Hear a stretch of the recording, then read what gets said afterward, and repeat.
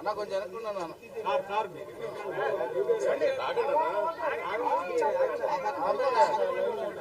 అన్నా నువ్వు లేక మేడం పడట్లన్నా అన్న కొంచెం అనుకున్నాడు మేడం కవర్ చేస్తుంది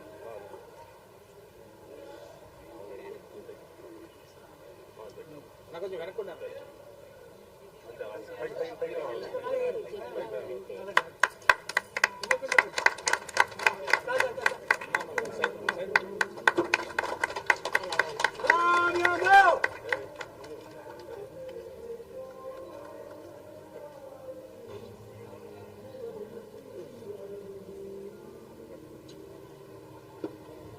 అన్న కొంచెం అటు వెళ్ళి కట్టన్నా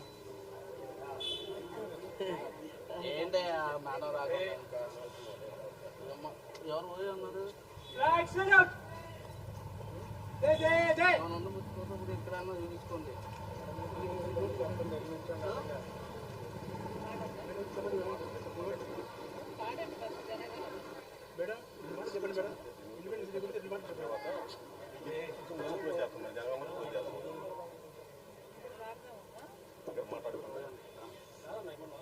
ఇండిపెండెన్స్ డే గురించి చెప్పండి పద్ధతి ఉండాలి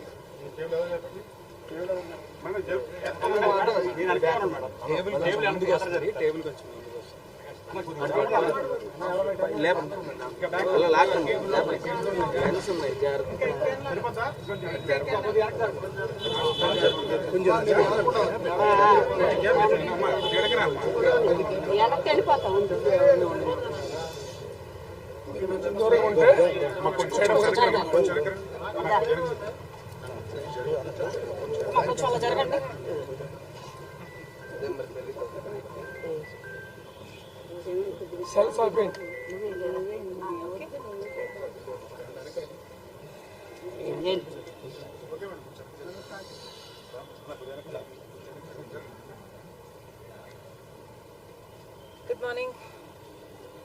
రాష్ట్ర ప్రజలందరికీ, దేశ ప్రజలందరికీ హ్యాపీ ఇండిపెండెన్స్ డే. ఈరోజు మనకు స్వాతంత్రం ఉంది అంటే దానికి కారణం ఎంతోమంది దేశభక్తి కలిగిన వాళ్ళు, దేశ పౌరులు కూడా ఎంతోమంది త్యాగాలు చేశారు. వాళ్ళ యవ్వనాన్ని, వాళ్ళ ఆస్తుల్ని, వాళ్ళ జీవితాలని త్యాగాలు చేసిన వాళ్ళు ఉన్నారు. కుటుంబాలను, ఊళ్ళను వదిలేసి జీవితాలను దారబోసిన వాళ్ళు ఉన్నారు. వాళ్ళందరూ చేసిన త్యాగ ఫలితమే ఈరోజు మనం అనుభవిస్తున్న ఈ స్వాతంత్రం. వాళ్ళందరికీ కాంగ్రెస్ పార్టీ తరఫున మనస్ఫూర్తిగా, వారికి, వారి కుటుంబాలకు మనస్ఫూర్తిగా గౌరవించుకుంటూ, నమస్కరించుకుంటూ కృతజ్ఞతలు తెలుపుతుంది కాంగ్రెస్ పార్టీ. ఈరోజు భారతదేశంలో గత 10 సంవత్సరాలుగా అధికారంలో ఉన్నది బీజేపీ పార్టీ. కానీ అంతకుముందు స్వాతంత్రం తెచ్చింది కాంగ్రెస్ పార్టీ అయితే మన దేశానికి పునాదులు వేసింది కాంగ్రెస్ పార్టీయే. మన రాజ్యాంగాన్ని రూపకల్పన చేసింది కాంగ్రెస్ పార్టీయే. ప్రగతికి పునాదులు వేసింది కాంగ్రెస్ పార్టీయే. ఈరోజు భారతదేశం ప్రపంచంలోనే ఒక స్థానం సంపాదించుకుంది అంటే దానికి కారణం కాంగ్రెస్ పార్టీ వేసిన పునాదులు. కానీ గత 10 సంవత్సరాలుగా అధికారంలో ఉన్నది బీజేపీ పార్టీ. బీజేపీ పార్టీ మతతత్వ పార్టీ. బీజేపీ పార్టీ అరాచకాలు 10 సంవత్సరాలుగా చూసాం. ఈరోజు గత వారం రోజులుగా చూస్తున్నాం. హర్ ఘర్ తిరంగా అని ఒక క్యాంపెయిన్ మొదలుపెట్టారు మోదీ గారు. ప్రతి ఇంటి మీద జెండా ఎగరవేయాలట, ఒక సెల్ఫీ తీసుకోవాలట, అది అప్లోడ్ చేయాలట, వాళ్ళకు ఒక సర్టిఫికెట్ ఇస్తారట దేశభక్తి ఉన్నట్టు. అంటే దేశభక్తి ఉన్నట్టు బీజేపీ పార్టీ సర్టిఫై చేస్తుందట. అసలు ఇదే తిరంగాను, ఇదే జెండాను వ్యతిరేకించిన పార్టీ బీజేపీ పార్టీ, ఆర్ఎస్ఎస్. నిజానికి ఇదే జెండాని మేము గౌరవించము అని అఫీషియల్గా తేల్చి చెప్పిన పార్టీ బీజేపీ పార్టీ, ఆర్ఎస్ఎస్. ఒకే రంగు ఉండాలి, 3 రంగులు ఉన్న జెండాని మేము ఒప్పుకోను, హిందువులు దీన్ని గౌరవించరు అని మన జెండాని దశాబ్దాల పాటు తిరస్కరించి ఆర్ఎస్ఎస్ కనీసము వాళ్ళ పార్టీ ఆఫీస్లో ఎగరవేయను కూడాలి. అలాంటిది ఈరోజు వాళ్లకు దేశభక్తి ఉన్నట్టు, తిరంగాను మన జెండాను వాళ్ళు గౌరవిస్తున్నట్టు ఈరోజు వాళ్ళు పబ్లిసిటీ చేసుకుంటున్నారు. జెండాని వాళ్ళ పబ్లిసిటీ కోసం వాడుకుంటున్నారు. నిజానికి మోడీ గారు ఏం చేశారు దేశ ప్రజలకు సమాధానం చెప్పాలి. ఈరోజు హర్ ఘర్ తిరంగా అని మీరు గొప్పలు చెప్పుకుంటున్నారు, పబ్లిసిటీ చేసుకుంటున్నారు.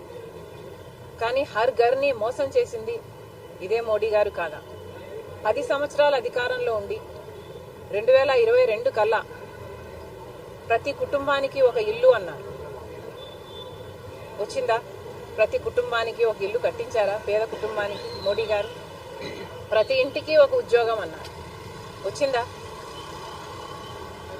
ప్రతి ఇంటిని మోసం చేశారు. నిత్యావసర ధరలు పెంచి ప్రతి ఇంటిని మోసం చేశారు మోడీ గారు. రూరల్ ప్రాంతాల్లో ప్రతి రైతుని మోసం చేశారు. ప్రతి ఇంటిని రైతు ఆదాయం దుగనం చేస్తామని ప్రతి రైతుని మోసం చేశారు. ఇక మణిపూర్ లాంటి రాష్ట్రాలలో అయితే ఘర్ ఘర్ మసకర్, ప్రతి ఇంటిలో ఊచకోత. ఇక ఆంధ్ర రాష్ట్రంలో అయితే హర్ ఘర్ దోఖా. 10 సంవత్సరాలుగా ప్రత్యేక హోదా ఇస్తామని మన వాగ్దానం అయితే ప్రత్యేక హోదా ఇవ్వకుండా, విభజన హామీలలో ఏ ఒక్కటి నెరవేర్చకుండా ప్రతి ఇంటిని మోసం చేశారు మోడీ గారు. మరి ఈరోజు మోడీ గారు ఏం సమాధానం చెప్తారు? ఆంధ్ర రాష్ట్ర ప్రజలకు, దేశ ప్రజలకు సమాధానం సంజాయిషి ఇచ్చుకోవాల్సిన అవసరం ఉంది. ఒకవైపు మన రాజ్యాంగమే ఇబ్బందుల్లో పడింది, ప్రమాదంలో పడింది. ఈరోజు మన రాజ్యాంగాన్ని కాపాడుకోవాల్సిన బాధ్యత ప్రతి పౌరునికి ఉంది. రాజ్యాంగాన్ని మారుస్తామని మోడీ గారు ఎన్నోసార్లు వాళ్ళ చేష్టల ద్వారా, వాళ్ళ మాటల ద్వారా రాజ్యాంగాన్ని గౌరవించినట్టు మాట్లాడటం జరిగింది. మరి ఈరోజు మన ప్రజాస్వామ్యాన్ని కాపాడుకోవాలన్నా, రాజ్యాంగాన్ని కాపాడుకోవాలన్నా కాంగ్రెస్ పార్టీ అధికారంలోకి రావాల్సిన అవసరం ఎంతైనా ఉంది. ఒకవైపు మతతత్వ బీజేపీ పార్టీ ఉంటే, ఇంకోవైపు రాహుల్ గాంధీ గారు ప్రేమ కోసం, సోదరభావం కోసం, ఐక్యత కోసం పాదయాత్రలు చేశారు. మరి దేశానికి పునాదులు, ప్రగతికి పునాదులు వేసిన కాంగ్రెస్ పార్టీ అధికారంలో ఉండాల్సిన అవసరం ఈరోజు ఎంతైనా ఉంది. లేకపోతే మన ప్రజాస్వామ్యమే కాదు, మన రాజ్యాంగమే కాదు, ప్రజాస్వామ్యం కూడా ఇబ్బందుల్లో పడే పరిస్థితి ఈరోజు ఉంది. మరొక్కసారి దేశ ప్రజలందరికీ శుభాకాంక్షలు తెలియజేసుకుంటూ కాంగ్రెస్ పార్టీ ప్రజల పక్షాన ఉంటుంది అని మరొకసారి వాగ్దానం చేస్తూ